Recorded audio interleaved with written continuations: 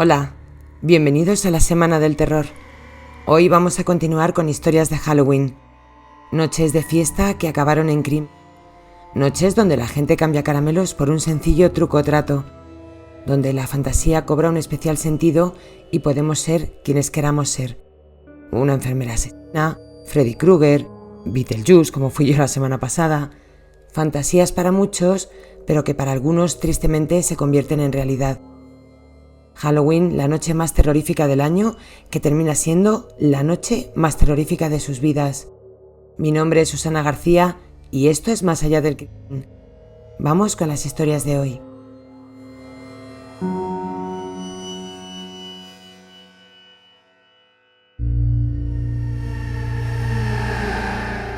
El 31 de octubre de 1973, Lisa Ann French tenía 9 años.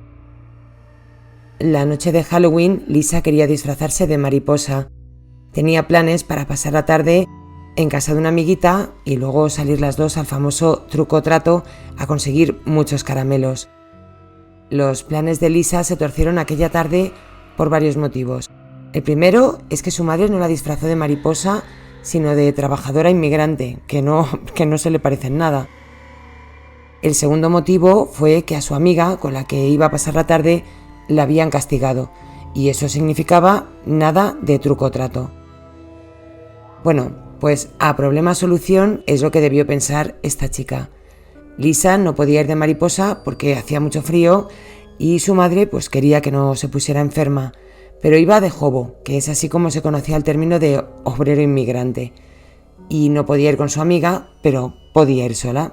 Al fin y al cabo, el plan en su casa era bastante aburrido. Su madre se quedaba cuidando de su hermano pequeño. Vamos, lo que hacían cada día. Y ella quería, por supuesto, su noche de Halloween, con sus caramelos y sus truco o tratos. Sus padres accedieron a que saliera por su cuenta, pero le impusieron una única condición. Solo podía salir durante 1 hora. Eran casi las 6 de la tarde, lo que significaba que para las 7 tenía que estar de vuelta. Y por este motivo salió un poquito antes de casa. Eran las 6 menos cuarto de la tarde cuando Lisa dejó la vivienda. Llevaba unos pantalones vaqueros con cinta aislante, una gorra un tanto grande, un abrigo verde y unas pecas que se había pintado en la cara. Su apariencia era de una auténtica homeless, pero la idea era caracterizarse y salir a por caramelos. ¿A quién le importaba realmente el disfraz?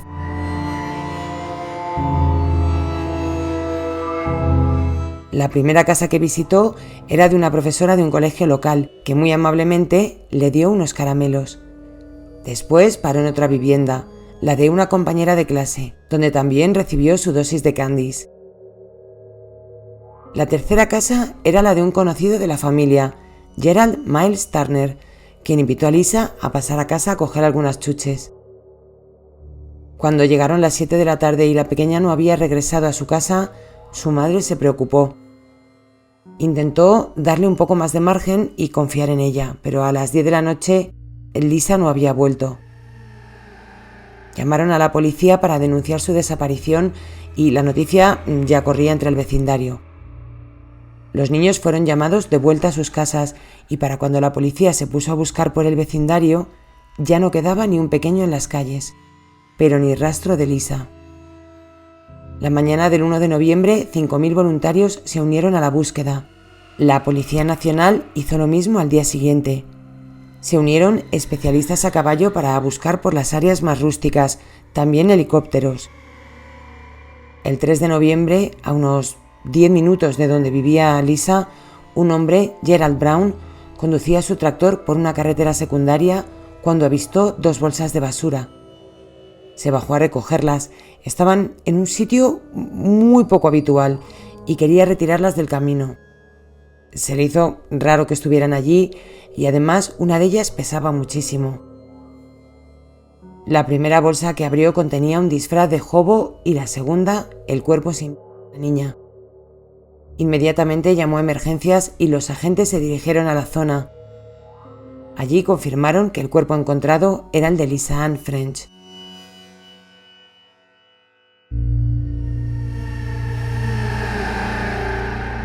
La autopsia determinó que la habían asaltado de todas las maneras posibles, si es que me entendéis. La habían intentado matar, y digo intentado porque esa no fue la causa de su muerte. A Lisa le había dado un infarto provocado por el miedo de ser acosada por un asqueroso al que ella conocía y que ahora, pues estaba aprovechando de ella y su pequeño cuerpo. Ya medio muerto el infarto es cuando la asfixió en el y me callo. Los padres se sentían muy culpables. Tal vez, si no la hubieran dejado salir aquella noche a por caramelos, su hija estaría aún viva. Su despedida fue el 6 de noviembre de 1973. A su funeral acudieron todos los vecinos que fueron interrogados, uno por uno. Nadie sabía nada ni la habían visto. Las 2 vecinas que la vieron y que le dieron caramelos esa noche contaron sus versiones, pero después de aquellas visitas, el rastro de Lisa se perdía. Sin mucho de dónde tirar, se ofreció una recompensa de $10.000 para aquel que diera una pista fiable que llevara hasta el culpable. Ni con esas, ni una pista, nada. Pasaron los meses. En marzo de 1974 seguían sin tener nada, por lo que decidieron recrear los pasos que dio Lisa la noche del 31 de octubre.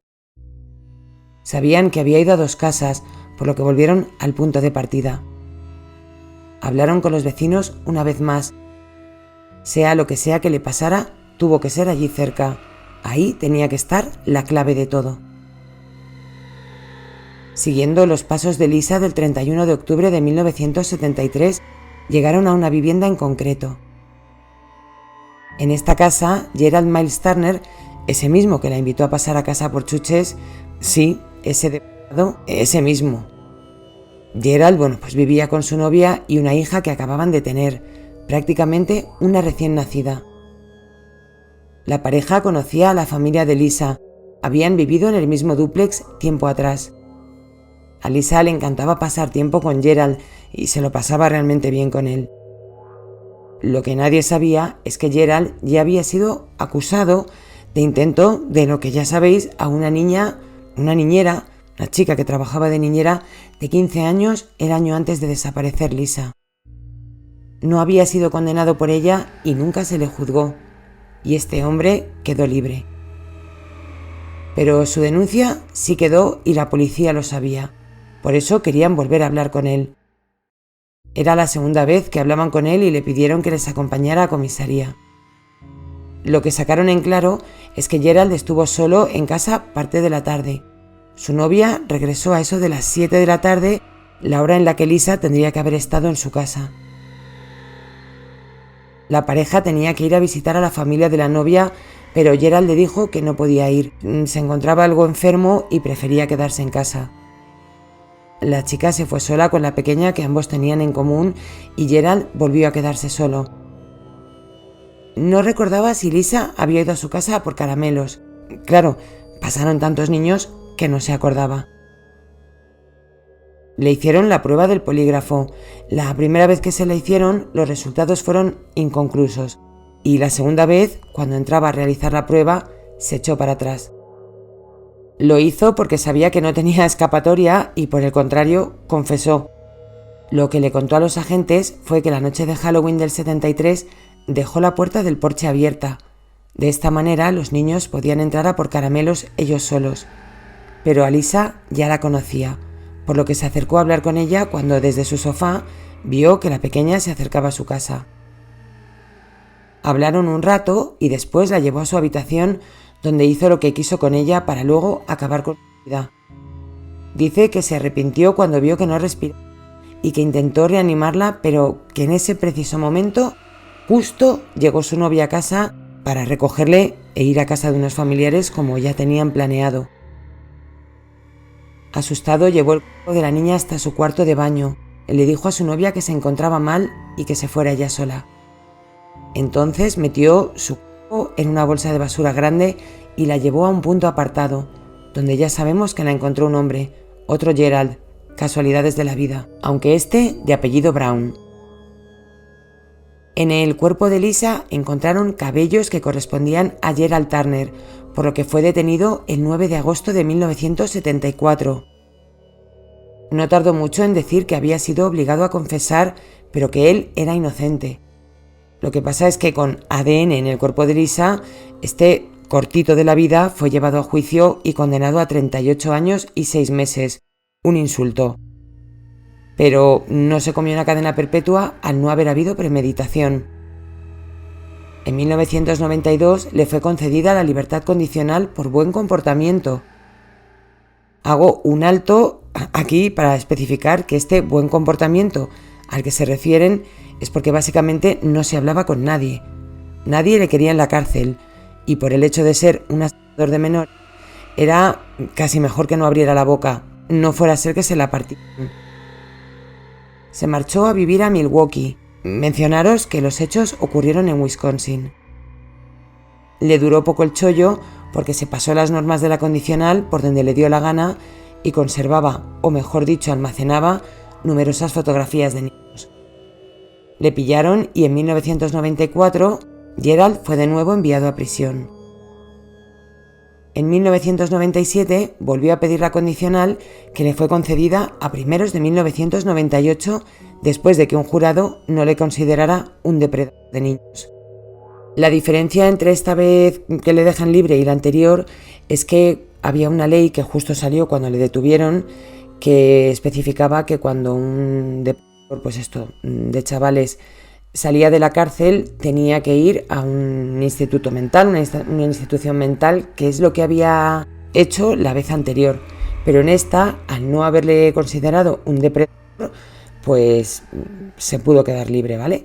Entonces, seguro que ya para este momento habéis adivinado que este enfermo de la vida se volvió a saltar las normas de la condicional por tener más fotografías. Y en el año 2003 le cayeron 15 años de cárcel. Salió en 2018, pero fue trasladado a una institución mental.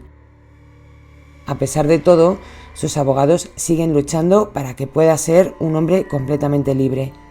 Tiene 72 años y a ver si con suerte se muere antes, porque si no, lo mismo tendremos que volver a hablar de este señor más pronto que tarde.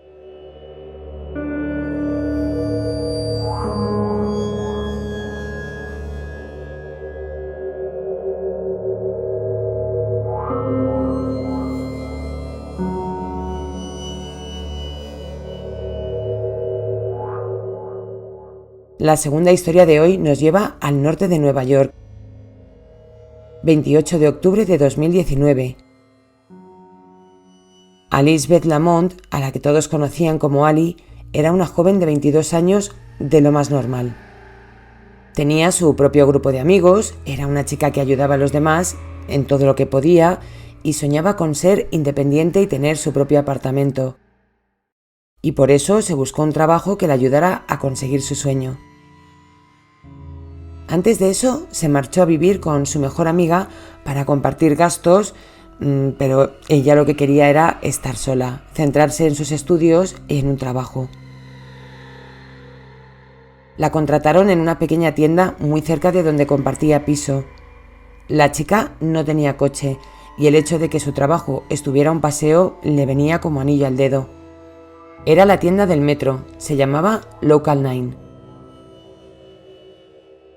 Allí lo daba todo, era agradable con sus clientes, hacía su trabajo con empeño e incluso asumía las responsabilidades del encargado cuando éste no estaba. Eran pocos empleados. La tienda era pequeña, por lo que con apenas 4 o 5 trabajadores llegaban a todo.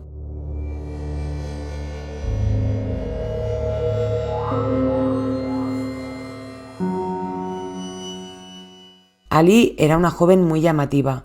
Era rubia, con unos ojos azules enormes, tenía mucho talento con el maquillaje y siempre iba perfecta, siempre con una sonrisa. Al ser pocos empleados, eran todos una piña. Para los que no sois españoles, que ya me habéis preguntado en alguna ocasión qué es hacer una piña o ser una piña, pues significa hacer un grupo cerrado y unido donde todos se apoyan en todos. En la tienda estaban Jimmy, que era el encargado, Kristen, que además era la novia de Jimmy, y que sepamos también Georgios, que era el dueño del local junto a su mujer. Para este momento, octubre de 2019, Ali tenía un novio que se llamaba William. Llevaban saliendo unos meses, aunque lo acababan de hacer oficial en Facebook. Ya sabéis, la parte esta donde pues puedes poner en una relación con... Así que esto iba en serio. La tarde del 28 de octubre, Ali acudió al trabajo como siempre. Por la tarde, cuando terminó su jornada, se marchó y nunca más se la volvió a ver, al menos con vida.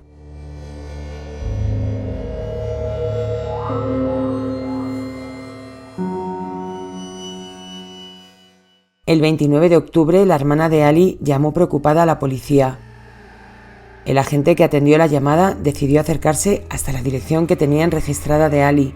Estaba a tan solo 3 minutos de la comisaría y algo le dijo a este hombre que este caso era más que el de una chica desaparecida que luego, pues regresa y aparece unos días después de haber sido de juerga. Cuando el agente llegó al domicilio que tenían de Ali, se dio cuenta de que la casa estaba en alquiler. Allí no vivía nadie. Seguramente ese no era su último domicilio conocido. Cuando regresó a comisaría, este mismo agente recibió una llamada. Era la amiga de Ali, que estaba preocupada porque no sabía nada de su amiga desde el día antes. La última vez que hablaron fue mediante texto. A Ali se le había olvidado el cargador de su móvil en el apartamento y le pidió a Jenny, su amiga y compañera de piso, que se lo acercara.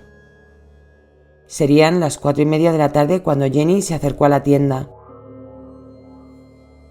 Sobre las 6:30, Jenny escribió a Ali de nuevo preguntando a qué hora terminaba ese día y no obtuvo respuesta.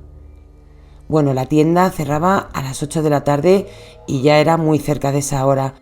Jenny escribió de nuevo a su amiga para confirmar si salía a esa hora tras el cierre y que pasaría a recogerla. No hubo respuesta. Y tampoco llegó a casa esa noche.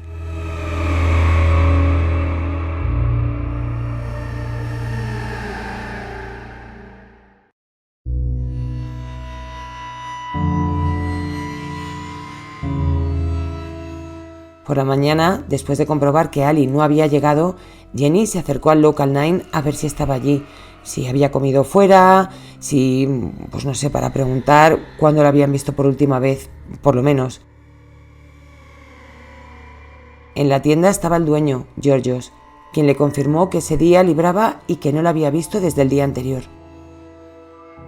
Ninguno de sus compañeros sabía nada de ella. Si habían tenido contacto con la joven, al menos no había sido desde el día anterior.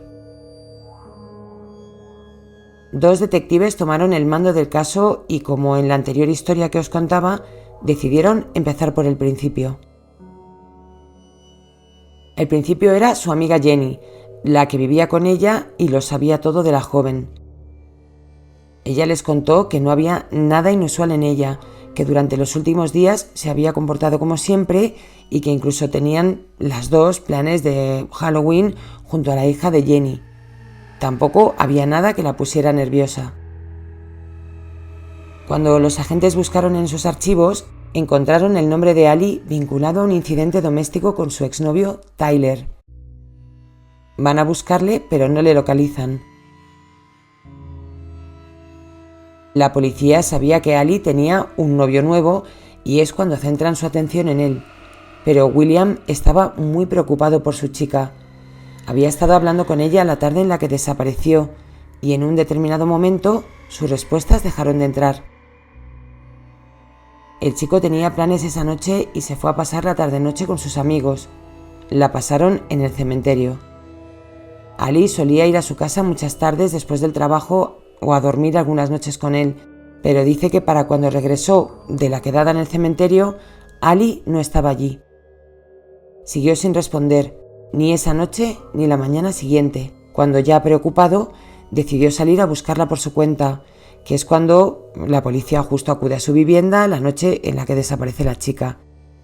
También dice que se encontró con Jenny y juntos estuvieron buscando un rato.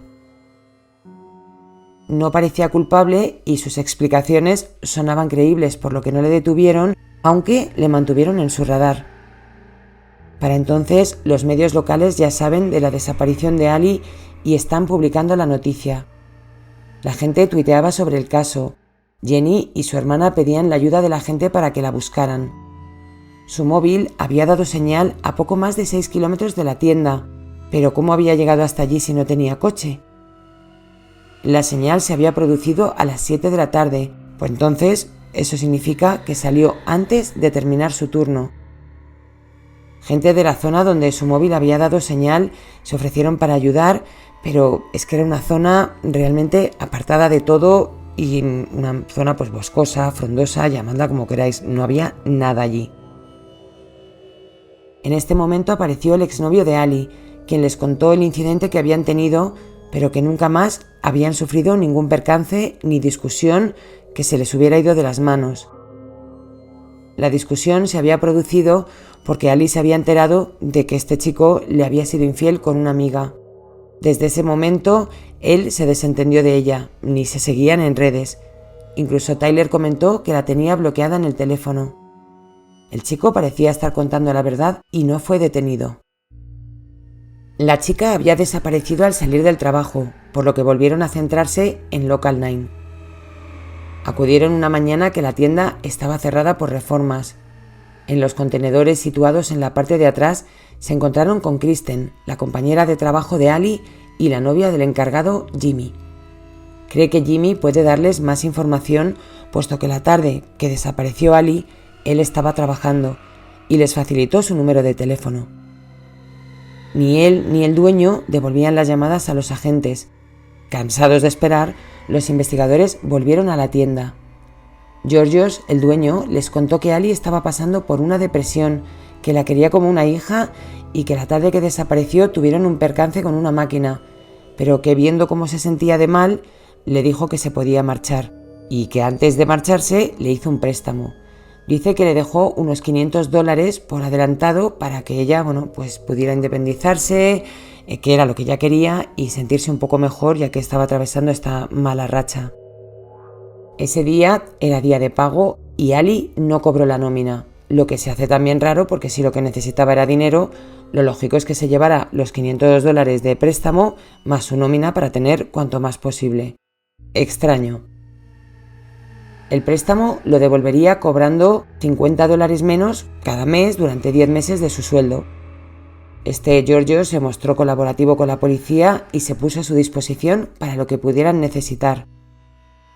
Jimmy, por su parte, les contó que Ali era una de sus mejores amigas, que era una buena compañera y empleada. Los dos fueron interrogados en la comisaría. A Georgios le preguntaron si Jimmy podría estar involucrado en la desaparición de la chica. Él respondió que no, que eran amigos. Dice eran, pero Ali no ha muerto, o al menos no lo saben. ¿Por qué hablan pasado tan solo 2 días después y sin saber si le ha ocurrido algo? Tampoco autoriza a la policía a que revisen su móvil ni sus conversaciones entre él y Jimmy, porque dice que son conversaciones privadas, en las que, que hablaban de mujeres y que no quería que ni su mujer ni la novia de Jimmy supieran que hablaban de otras señoras. Ninguno está detenido y se marchan de la comisaría por donde han venido. No ayudaba demasiado tampoco que las cámaras de la tienda no funcionaran el 28 de octubre. Funcionaban todos los días, menos el día en que Ali desapareció. Paralela a la investigación de la policía, la familia, junto con ayuda de internautas, gente en las redes, empezaron a teorizar, a preguntar.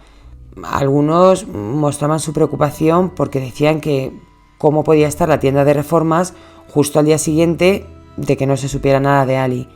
Y también era una tienda muy pequeña que no necesitaba reformas. Incluso había comentarios de ex empleados del local.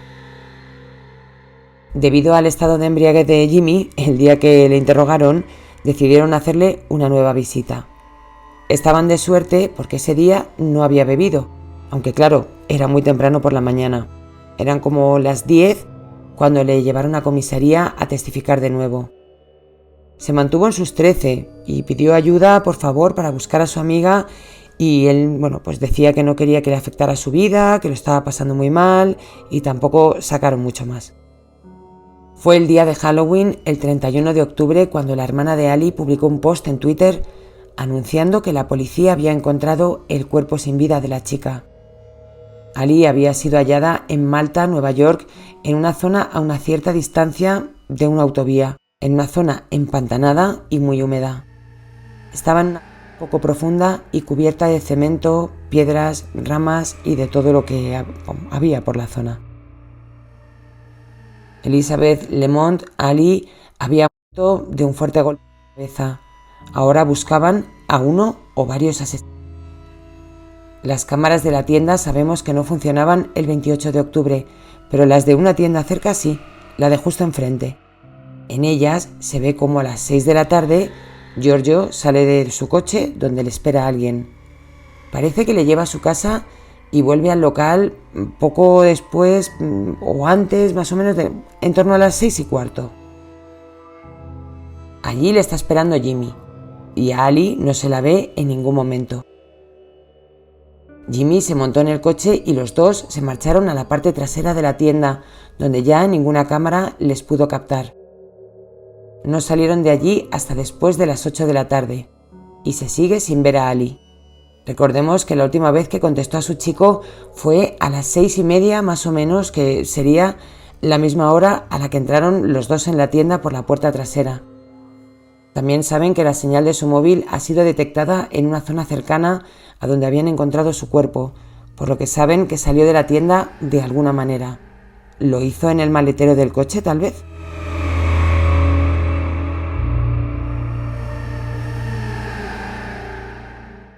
El primero en confesar fue Jimmy. Empezó partiéndose de risa y contó todo lo que pasó. Su jefe le había ofrecido dinero por quitar a Ali. Le pagó $300 y el plan debía llevarse a cabo el 27.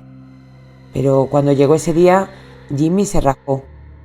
Dijo que no podía hacerlo estando sobrio, así que Georgios le dio $500 más para que pillara lo que necesitara, pero que esto lo tenía que hacer.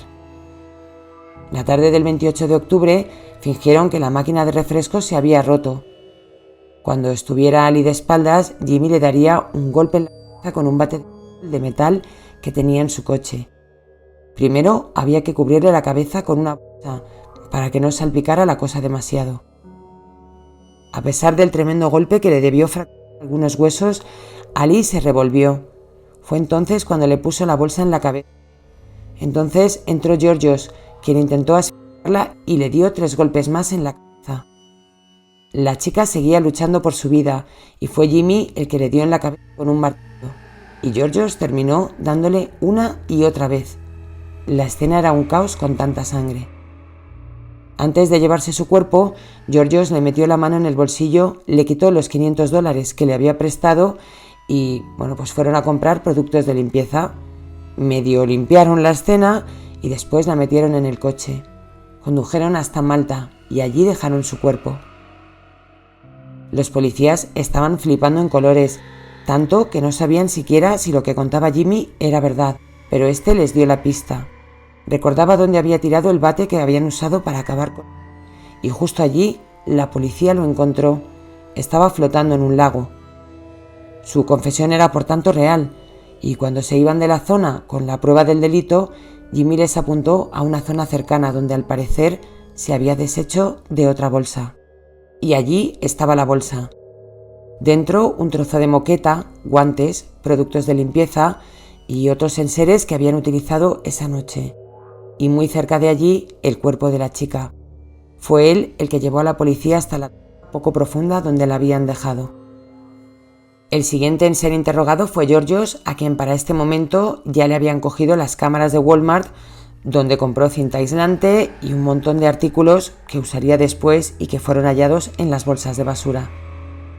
Georgios fue condenado a cadena perpetua sin posibilidad de libertad condicional, mientras que Jimmy, por testificar, fue condenado de 18 años de cárcel a perpetua. Lo que todos necesitaban saber era por qué había hecho tan mal Ali como para querer quitársela de en medio. Pues os lo voy a contar. Ali había ido al sindicato de trabajadores para quejarse de que su jefe le pagaba en efectivo, si es que le pagaba, y que no guardaba registros de nada. El sindicato se había puesto en contacto con él para exigirle sus registros de los pagos a los empleados. Se había archivado Jimmy, Su amiga Ali se lo contó en secreto confiando en él, pero de amigo este Jimmy no tenía nada y corriendo se lo contó a Georgios. Ella era la chivata, y por eso se tomó la libertad de hacer con ella lo que le dio la gana.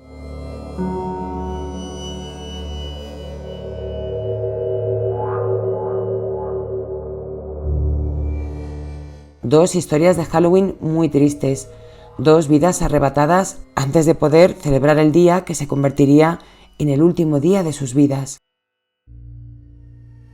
Gracias por estar ahí, en especial a Russell Ferrer, mi miembro de Patreon. Al resto os mando un beso. Pasadlo muy bien mañana, yo ya tuve lo mío el jueves. Nos vemos la semana que viene con más casos reales en Más allá del crimen. Un beso.